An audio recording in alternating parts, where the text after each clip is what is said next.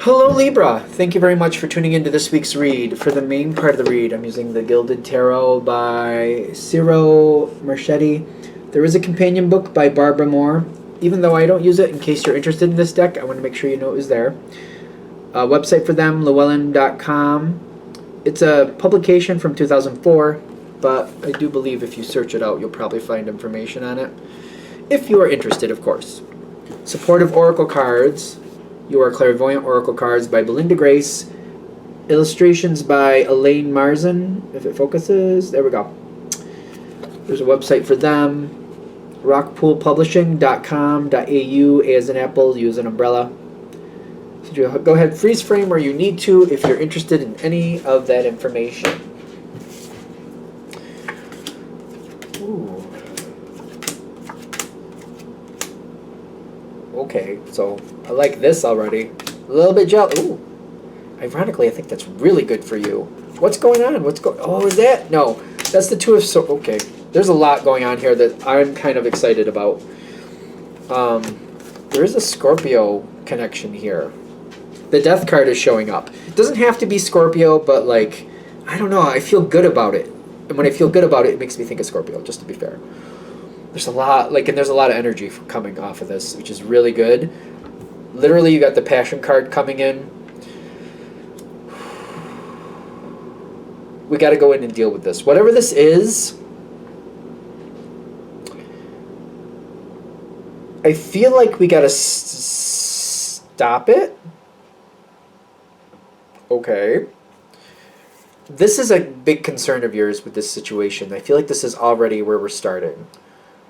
I don't think there's a lot of arguments happening at this point, but it's kind of like whatever the situation is, I'm like, ooh, it's okay right now, but it could go crazy at any second.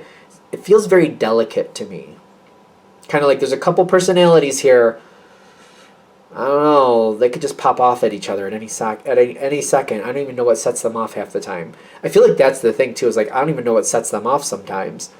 Sometimes they just look at each other cross-eyed. And, bah! Other times they get along fine. I don't even know. I do feel like, by the way, for those of you this is going to hit with, one of the people, if not more than one, I feel like there's definitely one though. One of the people you're dealing with, I feel like this is for most of you, I really do, could be very intuitive, very empathic, but may not have the control over it. Now, I'm going to say this as like, especially when I was a lot younger, I would suck in other people's emotions, not realizing they were somebody else's emotions. That can be a problem. So in other words, somebody could show up to work, if this is a work-related thing, and be very, very angry, but be choking it down and not expressing that to other people, but they're very angry. Somebody, maybe their spouse or somebody upset them, and they're just kind of quietly dealing with what they have to deal with, and they're just minding their own business. They're not harming or bothering anybody, but that energy is festering within them and churning within them. And somebody near them who's an out-of-control empath is soaking that right up and doesn't know the difference. It just gets really amped up and gets really angry and all of a sudden just starts snapping at people. It doesn't realize where that energy is coming from. That might be something that's going on here. Just to be aware of it. I don't know what you could do with it, because it's complicated and it's different for everybody, but as a younger person, I had that problem, didn't realize. Sometimes I would get just very bummed out. Sometimes I would have this anger at my mother just randomly. I remember that happened once, and I was like, my mother doesn't even do that type of work. Why am I angry? I remember being angry at my mother for taking my car, and I'm like, my mother never borrows my car. And I remember just having that thought in my head, like, what type of cracked pot? What did I do? Did I eat something? Like, what is wrong with me? I remember having that thought and then realizing it was a little while later, finding out somebody else, their mother took their car and dinged it up or something. They were angry with them. And I remember realizing that later and then thinking to myself, I don't even understand why my brain did that. I understand it was that person's thing, but at the time I was like owning it as if it was mine, but I'm like, that makes no sense. My mom never borrows my car. Why would I be upset about that? If that helps. I don't know if that helps, in case that makes sense. Because something here is going in your favor. I feel like I have to block something. I have to shut something down. And maybe that piece of information is going to aid you in some way. If not now, maybe later. The fact that that even happens, maybe. Maybe that helps. I don't know. It's a general read. It could go a lot of different ways. Because not the hermit. What are you? The fool. I'm feeling like... But I'm feeling that hermit. I'm feeling like the hanged man, the hermit energy with this. Kind of like things are out of control currently, but we need to kind of shut it down. You do have the Two of Swords coming in, so it kind of matches that shut it down energy. You do have the Death card coming forward. Another version of shutting it down. Another version, sort of, sometimes. Especially grouped with the Two of Swords. That actually does make a lot of sense to me. Right now, this energy is out of control. It's not in check. And I feel like somebody's like going on rote routine. Somebody's on autopilot, not realizing the effect they're having on others, or not in control of their own emotions. Something isn't right. The Page of Wands with the Fool, it's kind of like somebody just walking around, just saying weird things, not paying attention to who's around them. It's almost like somebody having one of those, you know those phones you put in your ear? Bluetooth is what it used to be called. I think it's called something else now. And other people don't realize that's going on, and somebody just walking by, like, saying things out loud. Literally, they're talking to somebody, but you don't realize that, and you're like, wow, that was rude. Not realizing they were talking to somebody on a phone call, not you, if that makes sense. There's something here. Miscommunication, thoughtless activity, people not realizing the effect they're having on others. And all you have to do is see it, and you can put that right in perspective. Like, oh no, this is what was happening. They're on the phone. That's what's going on. Or, oh no, that person just got... I don't know how you'd explain that empath thing. I don't know how you'd explain that. Depends on the people you're dealing with, I guess. Because somebody's making random decisions and not thinking about the outcome. I'm getting all this together, the Page of Wands, the Fool, and the Two of Wands, making decisions without thinking about where it's going. Just randomly kind of running down the road, like, oh, left seems good, let's just keep going. Oh, right seems good. Meanwhile, 5 to 15 minutes later, they're like, where am I? How did I get here? What's going on? I don't even know this neighborhood. Where am I? Random energy. Random, thoughtless, nobody's, I don't feel like it's a negative, thoughtless energy. I just feel like it's kind of like, oh, I'll see where things go, and it doesn't go well. In this case, it doesn't go well. That energy seems to be your main issue. You're shutting something down. How are you shutting this down? First, you have to address it. First, you have to identify it. Then you can address it. You can't address it before you identify the issue. Well, I mean, that's obvious. You know that. It gets confusing here with the High Priestess and the Passion. Because I feel like I'm looking at somebody and they're very positive, and I'm not realizing that maybe that's the thing. Somebody's very positive, and I'm not realizing that they're actually stirring things up with other people. Maybe that's what I'm not realizing, that there's somebody who has a lot of energy that comes off of them. And no matter what mood they're in, they affect everybody else somehow. So, like, another analogy I'm getting, because we don't have enough so far. Sometimes people come in, for example, we use the work situation just for example, and they start their morning, they're in this great mood, happy, hey, is everything great, good to see you, here, have a couple, I brought in some extra donuts, how about you have some, go ahead, yeah, everybody needs to be in a good mood. And there's other people who just, like, they wake up and their body is just not ready for it. I've learned that in my later years, because I wake up sometimes and my body's just like, like, don't talk to me, don't look at me. I don't want to be mean to anybody, but I'm just kind of like, my body is not ready for it. My body does not compute. I need time to get up still. Like, maybe I can do the task at hand, but that's it. Like, that's it. My body is just not cooperating. Sorry, it's just not. Doesn't matter how many hours of sleep I get. I've noticed that too. I can get the same hours of sleep, go to bed feeling everything's going to be great. My body just says, when I wake up, it's like, not today. Sorry. And I feel like there's sometimes people come in with a heavy amount of positive energy, and it just, people who are not feeling good for whatever reason are just really aggravated by that. So it may be somebody that you think they're a positive energy, they're a positive influence, But other people, when they're having a hard time and they're not in a place to really do that, that can be very intrusive and very abrasive.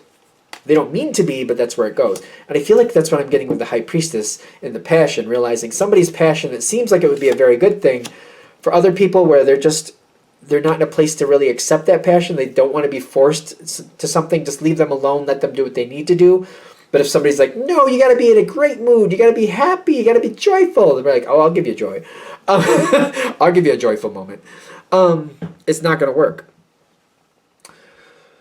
I almost feel like maybe that's what you need to realize, or maybe that's something you need to see a little clearer. Like somebody's not meaning to have a negative effect, but they are because they're a bit too chipper. And that's just not for everybody. They can still be chipper. We don't want to knock them down about the chipper, but like be chipper away from these people. Be chipper over there. Be chipper, don't be pushing it on everybody. Don't try to force other people to be chipper too.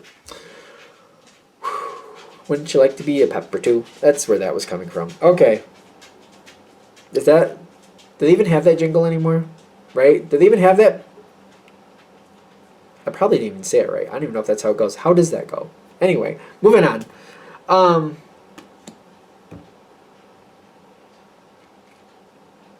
Shout out to Dr. Pepper, I guess.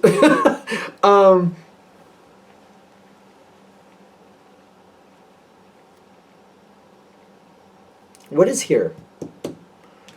You've got the Empress coming in with the Emperor. Nope, that is not the Emperor. You have the Hierophant. Your time to communicate will come, but it's not here at this point. I feel like what you want to do, if you haven't already, and even if you have already, I feel like we want to look at this a different way and we want to see it for what it is, because there's new information in front of you, something I wasn't seeing this way before. And even though somebody's a positive influence, like they're a positive person, they're a good person, they're not looking to create anything negative, I feel like you just need to step back, watch how they affect people, even though they're not meaning to do anything negative, even though it doesn't seem like it should have a negative effect, but kind of like where, we're all different. And just when somebody tries to force somebody to feel a way that they don't want to feel, we do have problems. That is a problem. We need to address that. Like we shouldn't be trying to police other people's emotions. We got to be very, very, very, very, very, very careful and conscious of that. People have the right to feel the way they feel. Now, where they take those feelings and what they do with those feelings, that's a whole nother subject. But trying to force somebody to feel a way that they don't want to feel, we got to be careful of that. And I feel like we need to step back and see what the true response is to that, because that's a big thing here. Because we want everybody to be happy, we want everybody to get along and work together, but allowing people to feel the way they need to feel without somebody intrusively saying, no, you got to be in a good mood. It makes me happy if you're happy. If you're not happy, I can't be happy. Well, then there's something wrong with you if you can't be happy unless other people are happy. Sorry, but there is. You need to have your own happiness. If your happiness is dependent on somebody else, there's something wrong there. That's not good. That's not healthy. I hope people realize that. Like, if your emotions are dependent on somebody else's emotions, the dependent part on somebody else's emotions is not good. That is not good. Because I feel like once you see it for how it's really affecting people, the real effect it's happening, you're able to shut something down. I feel like I don't want to knock somebody down. I don't want to stop this energy, but I'm thinking I might want to contain it somewhere else. And maybe I'll move it over somewhere else. It's almost like, okay, every morning this person's in a great mood. They're a morning person, but these other people, not so much. So what I'm going to do is I'm going to give this person who's in a chipper mood a different task away from everybody else in the morning. So that way by the time they get to lunchtime, either everybody's at the same level or it's not such an issue. It's kind of like the other people got a chance to wake up and now they're ready for it. Okay, they're ready for it. Because I feel like by shutting it down, that's how you're correcting it. The lovers is coming in, but sometimes the lovers come in the sense of passing the test. Things go a lot better just by shutting it down, realizing what the real effect is. It's like what the actual effect is versus what we think the effect should be. Once you realize what the actual effect is, you'll do what you need to do with that. I don't have any problem. I do see once this comes in too, it's maybe you didn't want to see it that way either. Maybe it was a little difficult to see it in that realm, in that view, in that angle. But I'm getting you're going to shut it down. Once you accept what it is, everything else seems much more protected. It's like being protected from the rain here with this little tent going on here. The acceptance of the death card. Things aren't working out the way they need to, but I feel like if we just move things around just right, like, oh, okay, I see what's happening. This morning chipper attitude is like screwing things up. And then like one day can last into 2 weeks. This one moment happens in one day. This other person, they're upset that day, but it lasts for 2 weeks. They don't get over it for 2 weeks. That's just who they are. We can't, I think we know this too, but I'll put it out here. Sometimes I've seen this I've seen this in corporate America actually, where people try to make other people mold, like, no, you got to get over things. Well, some people just don't. Some people need their time to work through emotions. They just don't. People are like, no, you got to get over it. You got to move on. We don't want to talk about it anymore. That's even worse, honestly, because it's kind of like you're telling somebody you don't have the right to hold a grudge, and you got to get over it, or we're going to give you a hard time. So now they have to hide it. The emotions don't go away just because you don't want to deal with them. They're still there. So it's kind of like, okay, we got to address, this is how this person feels. This is how they are. They have a lot of great attributes. This is one that's hard to deal with. We can't just tell them, well, you got to change that and expect it to change. People don't change like that. We just got to kind of go like, okay, that's happening. Now let's work with it and make sure it doesn't get worse. Because I feel like that's basically what you're doing. Kind of like, that's who they are. That's how this goes. This person, for example, is not a mourning person, so let's take that other person who is and keep them away from that person while the mourning situation is happening. Because I feel like that's in your realm of dealing with things. A lot of other possibilities come in from this. Because you seem to have a very big door open by changing the way you're handling it.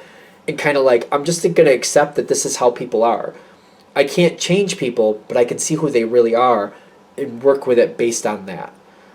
And I feel like you can do this very quietly and very covertly, to where people don't give you a hard time about it, because people will. And you can move things around to where you need them to be. And I don't think these random changes will be a problem anymore. You just got to move things around to where these random changes happen. Somebody who's just thoughtlessly doing whatever they're doing, thinking they're fine, they can do what they want, it's not around other people who cause a problem. Also, you might find out that even though you move these things around, that chipper person finds a way to get back into this situation, finds a way to gravitate back around, and still aggravates these people. That might be a real big heads up for you. Kind of like somebody who seems chipper is not so much chipper as manipulative. And they're doing what they feel they can do and get away with and purposely aggravate others. Be aware of that, because there are people like that. They do the right thing. I don't know how you want to put it, because I've seen this happen, where chipper people aren't so chipper, they're just getting off by upsetting other people. I've seen this happen. I don't know, take it where you want to take it, but if you try to fix something and all of a sudden you're noticing this person that you're trying to keep away from everybody else during this time still finds a way to gravitate around and is still aggravating people, maybe it's not so much that they're chipper as they're getting off, ticking other people off. Like, that's sometimes really motivating to people. Certain people do get off on that. That's a thing. So I don't have to tell you about that. If you see it, though, it's all about knowing what's really going on, because I feel like you're getting deeper and you're finding out what's really going on here. That's your Queen of Swords, seeing the truth. Sometimes it's the Queen of Swords isn't so much about saying the harsh truth, it's so much about absorbing the harsh truth and making those decisions based on the real thing that maybe you don't want to see, but you're like, well, now that I do see it, now it changes how I'm going to handle it. This does work out, because I feel like the end result is you making this whole situation work better, but it may be difficult to see what's really happening versus what I want to happen.